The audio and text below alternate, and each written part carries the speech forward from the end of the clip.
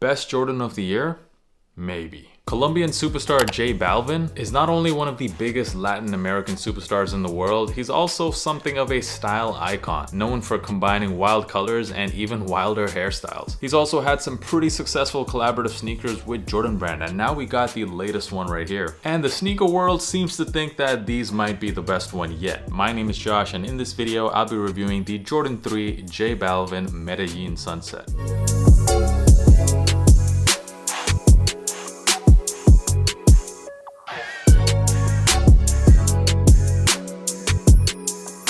So these released worldwide on September the 23rd on the Sneakers app, as well as very few other retailers. These are actually some of the most limited Jordans to drop this year. And the retail price on these was pretty high, $250 or 225 euros, but there is a reason for that, which I will get into later in the video. They also released in full family sizing, and after putting in a lot of effort entering every single sneaker raffle for these, I unfortunately took an L and I had to pay resale. And based on a lot of the DMs I got on Instagram about this shoe, it seems like a lot of you guys have ended up paying resale for the sneaker. And I have to say, in 2023, it doesn't feel so bad anymore paying resale for a shoe, because most sneakers nowadays are very easy to get. It's even quite easy to get sneakers for under retail these days. So when you do end up paying resale for a sneaker, you know it's because it's something you really do want. And it's not so much just because you have that FOMO or you're just getting caught up in the hype. Now, J Balvin signed with Jordan brand all the way back in 2017. And what's been quite clear about his collab so far is that he doesn't care too much about making his shoes very wearable. It's more about being as true to himself as possible, which in my opinion is really how every collab should be anyways. Looking back at his original Jordan 1 with the crazy colors and the wild edges, very much a love it or hate it type of shoe. And then you look at his Jordan 2, he took inspiration from literally the sky. And now we got the third collab on the Jordan 3, which logically begs the question, is the next collab gonna be the Jordan 4? Balvin himself in a recent interview with Complex had this to say: "It feels great because I'm the only Latino artist that has done this, and we are doing it in order. The ones, the twos, the threes, so you know what's next, right?" So it seems like he kind of confirmed that we will be in fact getting a J Balvin Jordan 4 at some point. But getting back to this sneaker right here, so the name of the sneaker and the inspiration came from J Balvin's hometown of Medellin, Colombia, and its beautiful sunsets. It's also where all the campaign imagery and promotional material was shot. The Jordan 3, Balvin calls it his grail sneaker. So his approach to the collab was he didn't want to do too much. He still wanted people to look at the shoe and recognize it as a Jordan 3, just with a few minor tweaks. The box actually comes in the sleeve, which features some imagery of Medellin. And you can see that J Balvin logo acting as the sun. So it's literally an image of the sun setting on Medellin, which I thought was very nicely executed. And taking out the box from the sleeve, it's of course a very special Jordan 3 box, features those sunset colors, and also a quote from J Balvin talking about the inspiration of the shoe. It does say in Spanish, "Un atardecer en Medellín siempre me recuerda que viene un nuevo día lleno de oportunidades." And opening up the box, you get this special paper that the shoes come with, which feature that same quote. And the paper also has the sunset colors. It goes from dark to light. By the way, para mi público español, he estado estudiando español este año y creo que estoy mejorando. Quizás un día puedo hacer un video en español.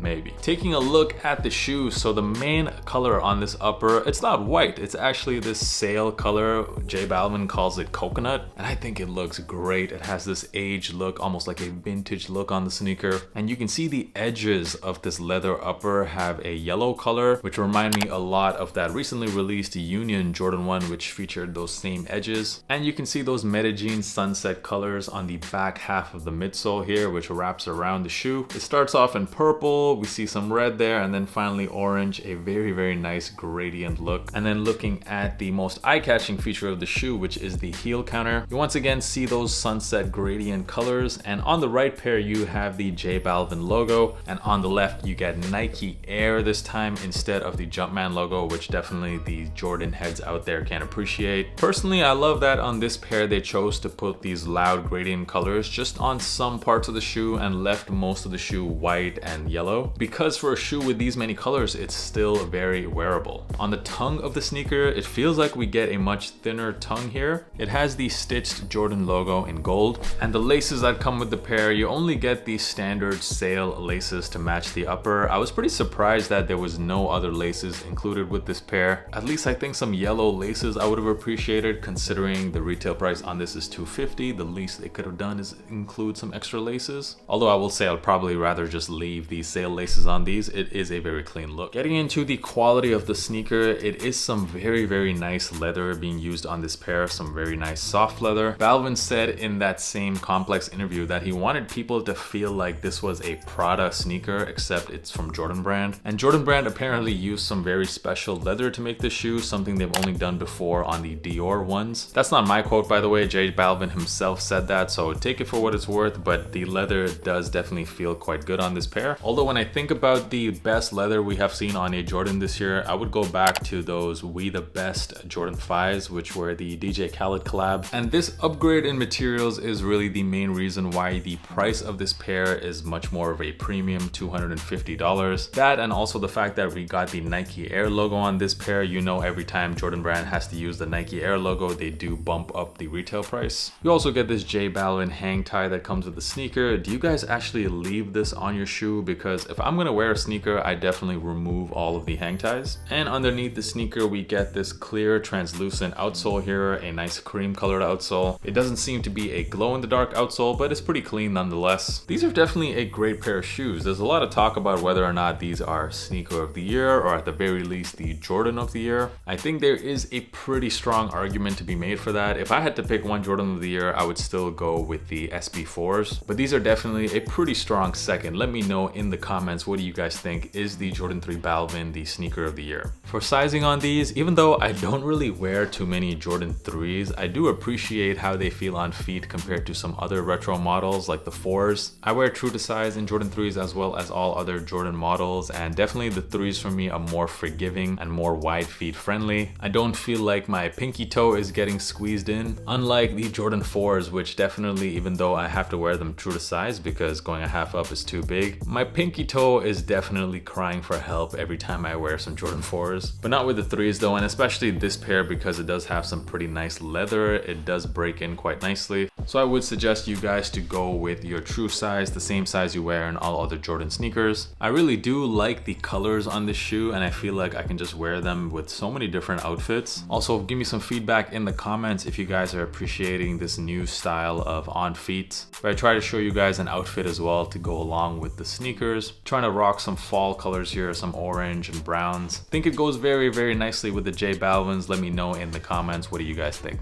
Looking at also what these are going for on the resale market. Now, there hasn't been much resale at all on Jordan sneakers this year, but not with this pair, guys, because resale is pretty much through the roof on this pair. But let's not pretend to be surprised, guys. This is an extremely limited shoe, and we know how popular of a celebrity J Balvin is worldwide, so I'm not even 1% surprised to see the prices on these. And if I were to make a bet, since these won't be releasing anymore anywhere else, I would guess that prices on these are probably gonna go up over time. So if you guys are thinking of buying these, I would buy them sooner rather than later. I will leave a StockX link in the description if you guys are interested. There's also supposed to be another Jordan 3 J Balvin releasing next year, which is inspired by his son Rio, and I believe the shoes are called the Rio as well. It seems to be just a black inverse of this white colorway. Out of the two, I definitely think the original colorway is the better looking one. Overall, the Jordan 3 J Balvin, are these a cop or a drop? Now, you guys know me quite well. You know I'm not the biggest Jordan 3 fan. In fact, I don't really wear them too often, if ever. I thought I would maybe grow to like these reimagined 3s, but even that didn't really happen. So even though I do have a little bit of a Jordan 3 bias against this shoe, I'm not gonna deny that it is a very clean collab and easily J Balvin's best work to date. Love the inspiration and the execution behind this sneaker. J Balvin did a great job. This sneaker easily deserves to be in that conversation for sneaker of the year. Let me know in the comments, what do you guys think of this pair, and if you enjoyed the video and you haven't already subscribed to the channel, make sure you do so, guys. I would really appreciate it. Do not forget to follow me on Instagram as well, where I am very active. And by the way, make sure you are also following the sneaker podcast, the Kickback Pod, available on Spotify and Apple Music. Links to all of that can be found in the description of this video. I will catch you guys in the next video.